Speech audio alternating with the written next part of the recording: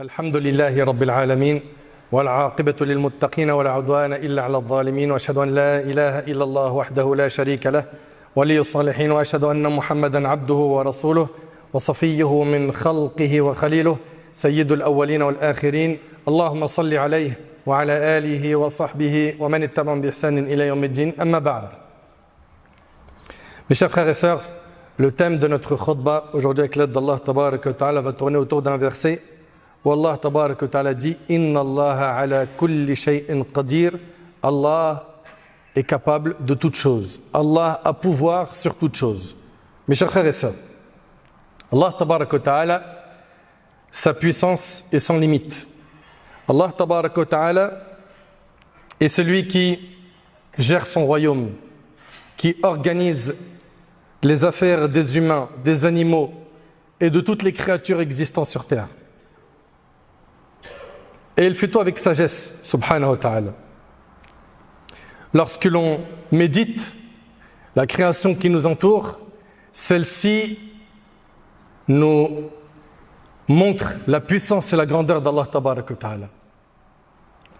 Il n'y a qu'à ouvrir les yeux sur la création, des créatures fragiles, des créatures fortes, comme certains animaux, très forts, des créatures immenses qui vivent dans la mer, des oiseaux délicats aux chants mélodieux et aux ailes multicolores dont la beauté sert de modèle aux artistes, des étoiles qui brillent dans les cieux et le soleil qui se lève et se couche,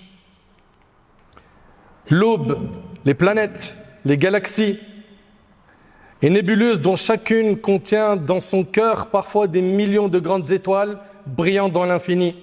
C'est l'œuvre de qui? Tout cela nous montre la puissance d'Allah Tabaraka wa Ta'ala dans sa création. Une création pareille qui inspire l'étonnement par sa splendeur n'est-elle pas la preuve du pouvoir infini de son créateur? Peut-on ignorer la puissance d'un créateur qui confère une si grande variété à la vie et fait que les formes infinies et distinctes se révèlent dans le vaste éventail des phénomènes? Mes chers frères et sœurs, Allah Tabaraka wa Ta'ala nous dit dans le Coran وَالشَّمْسَ وَالْقَمَرُ وَالنُّجُومَ مُسَخَّرَاتٍ بِأَمْرِهِ أَلَا لَهُ الْخَلْقُ وَالْأَمْرُ تَبَارَكَ اللَّهُ رَبُّ الْعَالَمِينَ. Allah subhanahu wa ta'ala nous dit que le soleil, la lune et les étoiles sont soumis à son ordre. La création et le commandement n'appartiennent qu'à lui. Infinie est la bénédiction d'Allah, le Seigneur de l'univers. Parmi ce qui montre sa puissance, la création des créatures. Allah Ta'ala il dit هو الذي أحياكم ثم يميتكم ثم يحييكم إن الإنسان لكفور. C'est lui qui vous a donné la vie, puis vous fera mourir, puis vous redonnera vie, comme l'homme est ingrat. Mes chers frères et sœurs, Allah Tabaraka wa Ta'ala est celui qui a créé les créatures. Et malheureusement, on est nombreux à l'avoir oublié. Nombreux à ne plus placer notre confiance en lui. Nombreux à oublier que c'est lui qui est capable de toutes choses. Azza wa Jal. C'est lui qui nous a donné la vie. Et c'est lui qui la reprendra subitement. Nous avons oublié que nous serons ressuscités. Et que la résurrection est une chose facile pour Allah qui est capable de tout. Allah Ta'ala il dit Ma khalqukum wa la ba'thukum illa ka nafsin wahida. Votre création et votre résurrection à tous sont pour Allah comme celle d'une seule âme. C'est-à-dire que c'est une chose facile. Allah entend et voit tout. Rien n'est difficile pour Allah. Rien. Vous savez, Ali ibn Abi Talib radiyallahu anhu, il a été questionné. Comment est-ce qu'Allah Tabaraka wa Ta'ala va juger toute l'humanité? Ali a dit, comme il vous accorde à vous tous la subsistance en même temps, il vous jugera également en même temps. Allahu Akbar. Allah Ta'ala il dit, وَهُوَ الَّذِي يَبْدَأُ الْخَلْقَ ثُمَّ يُعِيدُهُ وَهُوَ أَهْوَنُ عَلَيْهِ. C'est lui qui crée les êtres une première fois, puis les ressuscite, et cela lui est aisé. C'est facile pour Allah. Tout est facile pour Allah. Tout ce qui peut être difficile pour l'humain est facile pour Allah. Maryam alayhi salam. Maryam, la mère de Jésus. Son histoire est impressionnante. Cette femme a eu Jésus sans se marier et sans avoir eu de rapport avec un homme. Il s'agit, comme vous le savez, de la naissance de Jésus, une naissance miraculeuse qui montre la puissance d'Allah. Allah tabarak wa ta'ala, il a créé des humains avec un père et une mère, à savoir nous. Il a créé des humains comme Jésus avec une mère sans père. Il a créé des humains comme Adam, sans père ni mère. Tout ça pour que tu comprennes qu'Allah est capable de toutes choses. Subhanah. Maryam, qu'est-ce qu'elle a dit? Anna yakunu li ghulamun wa lam yamsasni bashar wa lam aku baghiya. قال كذلك قال ربك هو علي هين ولنجعله آية للناس ورحمة منا وكان أمرا مقضيا. Elle a dit, comment aurais-je un fils alors qu'aucun homme ne m'a jamais touché et que je ne suis pas une débauchée? Comme vous le savez, l'ange Gabriel est venu lui annoncer qu'elle allait avoir un enfant. Et ça l'a étonné. Comment aurais-je un fils alors qu'aucun homme ne m'a jamais touché et que je ne suis pas une débauchée? Il en est ainsi. Ton Seigneur a dit, cela m'est facile. Tout est facile pour Allah. À nous de placer notre confiance en lui pour sortir de nos épreuves, pour réussir nos projets, pour sortir de notre maladie, de l'épreuve qui te touche, qui peut être la pauvreté, ou bien un litige familial ou autre, ou même à l'échelle de la Ummah. Il faut qu'on replace notre confiance en Allah comme il le faut. Et il en est ainsi, ton Seigneur a dit, cela m'est facile. Ceci afin que nous fassions de lui un signe pour les hommes et une miséricorde de notre part, et ceci est déjà décrété. Et parmi ce qui montre la puissance d'Allah tabarak wa ta'ala, il y a la diversité de sa création. Combien de milliards d'humains ont vécu sur terre? Et vous ne trouverez jamais dans la création d'Allah deux êtres humains qui se ressemblent à 100% sans qu'il y ait une différence entre eux. C'est impressionnant. Allahu Akbar.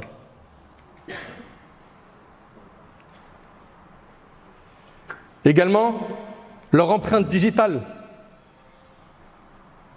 Elles sont toutes différentes. Allahu Akbar. Qui est derrière cela? Allah Ta'ala, il dit Ayahsabu al-insanu allan najma'a 'idhamah bala qadirina 'ala an nusawwiya bananah. L'homme pense-t-il que nous ne rassemblerons jamais ses ossements? Certes si, nous sommes capables de reconstituer jusqu'aux extrémités de ses doigts.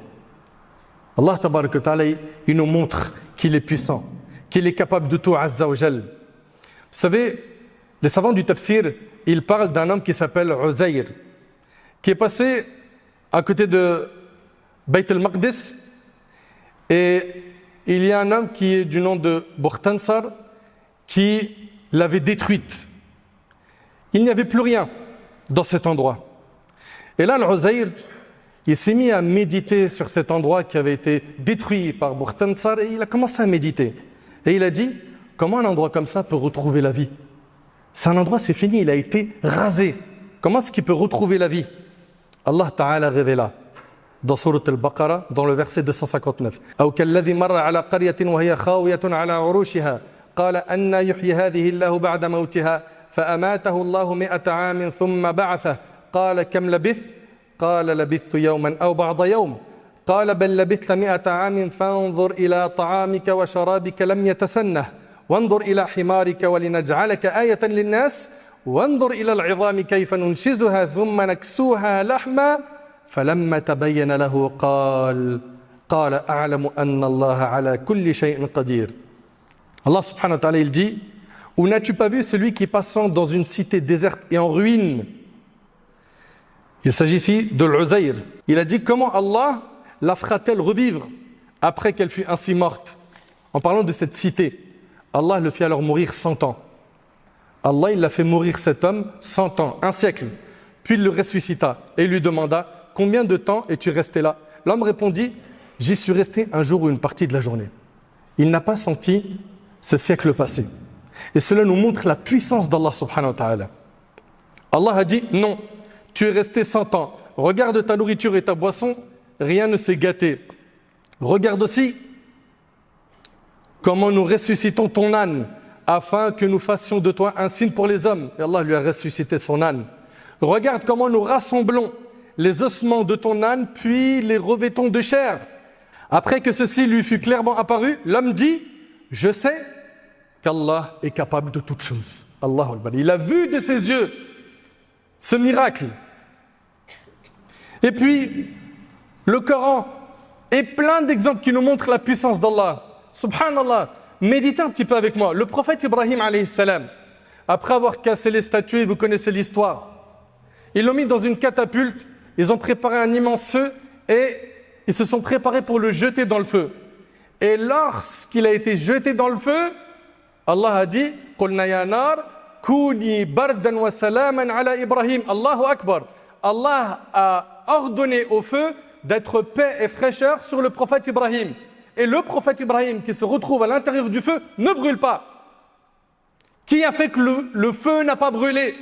Allah, car il est capable de toutes choses. Qui a fait que Moussa a échappé à l'armée de Pharaon qui était juste derrière lui alors qu'il était devant la mer? C'est Allah subhanahu wa ta'ala. Allah subhanahu wa ta'ala lui a séparé la mer en plusieurs chemins. Qui a fait que le prophète Yunus alayhi salam, qui s'est retrouvé dans 3 ténèbres, s'en est sorti vivant, les ténèbres de la nuit, de la mer et du ventre du poisson, et il sort intact? C'est Allah. Qui est-ce qui a protégé le prophète sallam de Quraysh durant toute sa vie? Ils ont cherché à le tuer. C'est Allah. Qui a rendu la vue au prophète Yaqub après qu'il est devenu aveugle? Qui a donné à Ibrahim un enfant alors qu'il était âgé? Et à Zachariah? Toutes ces histoires que nous avons dans nos textes, c'est pour nous rappeler qu'Allah tabarak wa ta'ala est puissant et qu'il faut placer notre confiance en lui. Et qu'il faut garder en tête que peu importe l'épreuve que l'on va vivre, Allah Azza wa Jal est capable de nous délivrer de cette épreuve, de nous apporter son soutien. Azza wa Jal. Également, parmi ce qui montre la puissance d'Allah, c'est qu'il est le seul qui a un pouvoir sur les cœurs.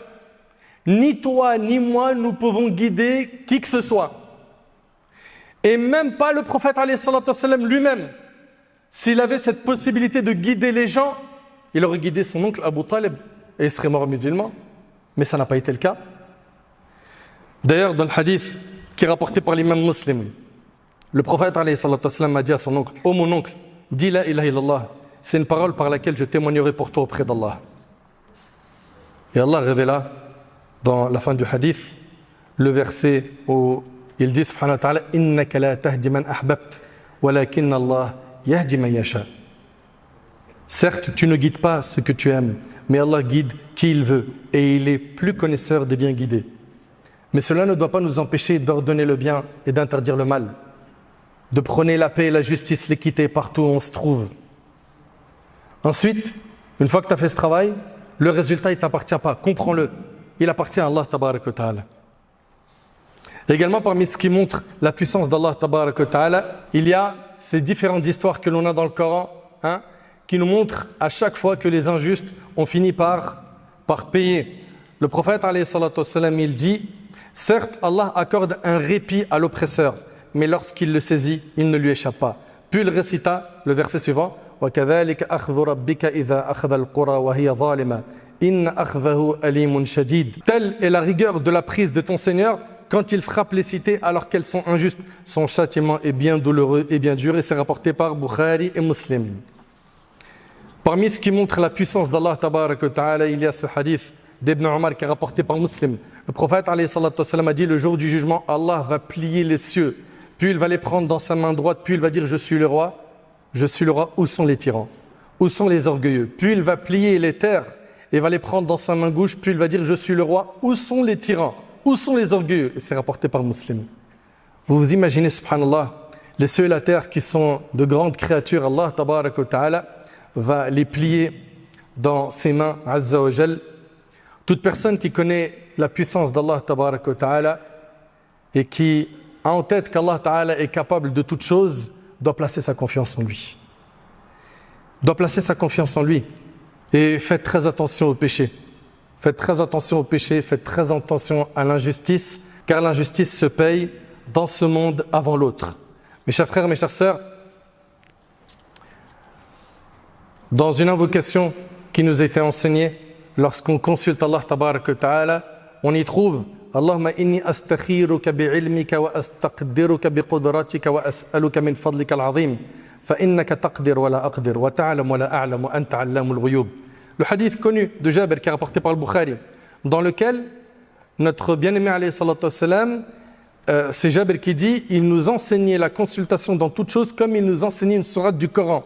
Il disait, lorsque l'un d'entre vous pense à faire quelque chose, donc il a un projet, qu'il accomplisse 2 unités de prière en dehors de ce qui est obligatoire, et dise ensuite, oh Allah, je te consulte par ton savoir, et je te demande de la force par ta force, et j'implore ton immense grâce, car tu peux alors que je ne peux pas.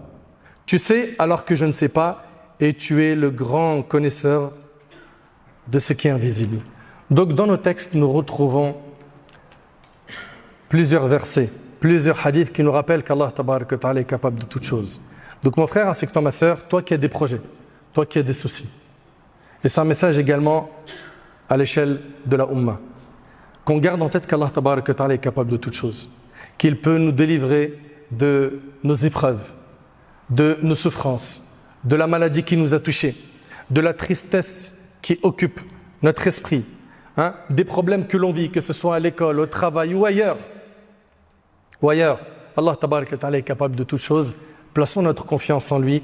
Revenons vers Allah subhanahu wa ta'ala. Repentons-nous de nos manquements afin de mériter son assistance et son soutien. J'implore Allah tabaraka wa ta'ala d'améliorer notre situation. J'implore Allah tabaraka wa ta'ala de soulager les opprimés de notre communauté.